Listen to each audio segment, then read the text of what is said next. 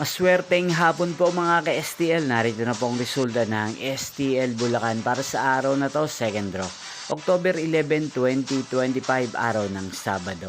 Naway ang mga natayan niyo po mga numero kanina ay manalo nawa ngayong hapong ito, 4 PM. Kaya't kunin niyo na po ang inyong mga ticket. Narito na po ang resulta. Ang mga numerong nanalo sa STL Bulacan ngayong hapong ito, October 11, 2025.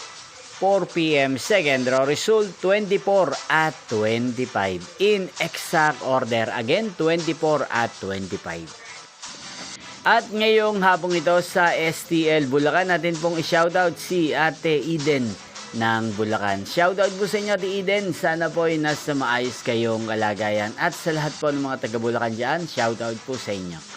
Niyo pong napanood ang resulta ng STL Bulacan sa channel na to, Roderick Hernandez TV. Magkita-kita pong muli tayo mamayang 8 PM. Thank you for watching.